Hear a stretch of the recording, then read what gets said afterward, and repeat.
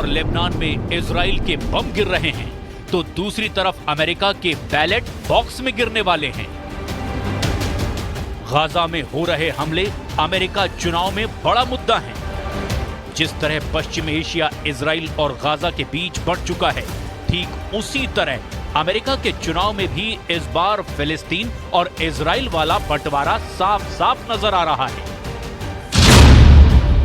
America में चुनावी metre की सुई गाजा और इजराइल के बीच घूम रही है और यही सुई कमला हैरिस या फिर डोनाल्ड ट्रंप की हार और जीत का फैसला करेगी। दोनों उम्मीदवार इजराइल या यूं कहें कि यहूदी वोटर को नाराज नहीं करना चाहते, इजराइल के साथ दिखना चाहते हैं, जबकि अरब और मुस्लिम वोटर के वोट भी नहीं खोना चाहते। पश्चिमी मीडिया और अरब मीडिया में यह सवाल बार बार उठ रहा है कि क्या गाजा की तबाही और इजराइल का युद्ध, क्या ये अमेरिका के चुनाव और वोटिंग में बदलाव ला सकते हैं? इस पर लगातार बहस चल रही है। इस मुद्दे पर कमला हैरिस को वोट मिलेगा या कटेगा, या फिर ट्रंप की बातों पर अमेरिका यकीन करेगा? इजराइल के प्रधानमंत्री बेंयामिन नेतन्याहू से बातचीत पर रिपब्लिकन पार्टी के उम्मीदवार डोनाल्ड ट्रंप ने क्या कहा, इसे जरा गौर से समझिएगा। We're going to bring peace. You're going to have peace in the Middle East, but not with the clowns that you have running the U.S. right now. You're going to have peace. You're going to have peace in the Middle East, and they should have peace in the Middle East, but not with the clowns you have in the Middle East. Gaza में बमबारी जारी है। Gaza में Israel की air strike रोज कहर मचा रही है। गाजा जंग का मैदान बना हुआ है। उत्तरी गाजा में हुए ऑपरेशन में इजराइल के भी कई सैनिक मारे गए हैं। गाजा से ताजा खबर यह है कि जबालिया में हुई इजराइल की बमबारी में 50 से ज्यादा बच्चों की मौत हुई है। यह संयुक्त राष्ट्र की रिपोर्ट है।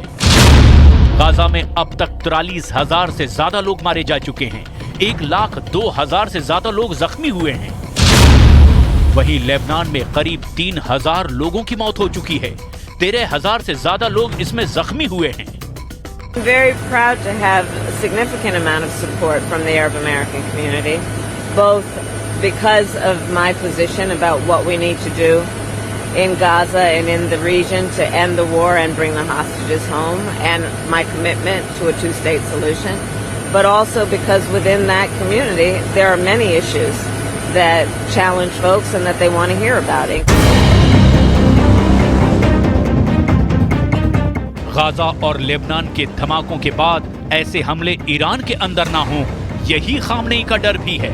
ईरान अब 26 अक्टूबर का बदला लेना चाहता है। ईरान के सुप्रीम लीडर अली खामनेई भी वार्निंग दे चुके हैं कि इजराइल की दूसरी गलती उसका आखिरी ब्लंडर होगा। ईरान पर हमले के लिए इजराइल की एयरफोर्स और खुफिया एजेंसी मोसाद पूरी तरह एक्टिव है। नेतन्याहू ये वार्निंग बार बार दे रहे हैं। אני הייתי מעדיפה שתהיה אישה כראש של ארצות הברית. אני חושבת שזה יכול להיות שינוי לטובה, ומקווה שהיא תיבחר.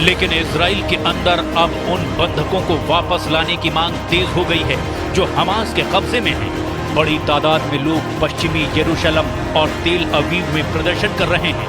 इस ड्रम को बजाकर नेतन्याहू सरकार को जगाने की कोशिश कर रहे हैं कि वो हमास को खत्म करने के साथ बंधकों को बचाने के बारे में सोचे।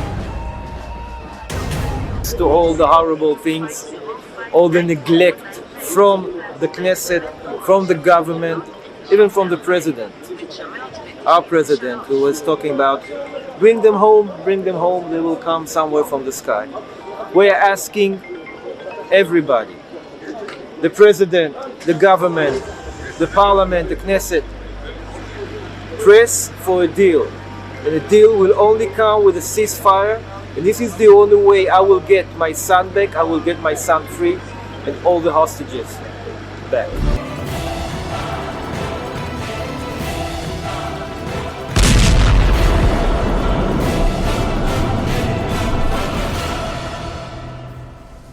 और ऐसे में सवाल यह उठता है कि आखिर ईरान के लोग सोच क्या रहे हैं, क्या उनके मन में चल रहा है, क्योंकि अमेरिका के इलेक्शन पर लगातार ईरान की नजर। जरा इस रिपोर्ट में देखते हैं।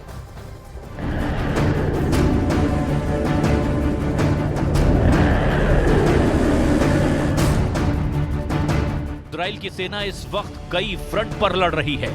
उनकी एयरफोर्स पर भी दबाव बहुत ज्यादा है, लेकिन 26 अक्टूबर के अटैक के बाद इजराइल ने अपने टारगेट्स पर और ईरान के एयर डिफेंस पर और ज्यादा रिसर्च कर ली है। फिलहाल इजराइल का फोकस अपने डिफेंस पर है। इजराइल को अमेरिका से थर्ड मिसाइल डिफेंस सिस्टम मिल चुका है और उसकी डिमांड है कि अमेरिका उसे थर्ड की एक और बैटरी जल्द से जल्द सप्लाई कर दे। यानी इजराइल की हिफाजत इस वक्त पूरी तरह अमेरिका पर निर्भर है और इजराइल पर ईरान का हमला वहां के चुनाव पर असर जरूर डालेगा, इसकी 100% गारंटी है।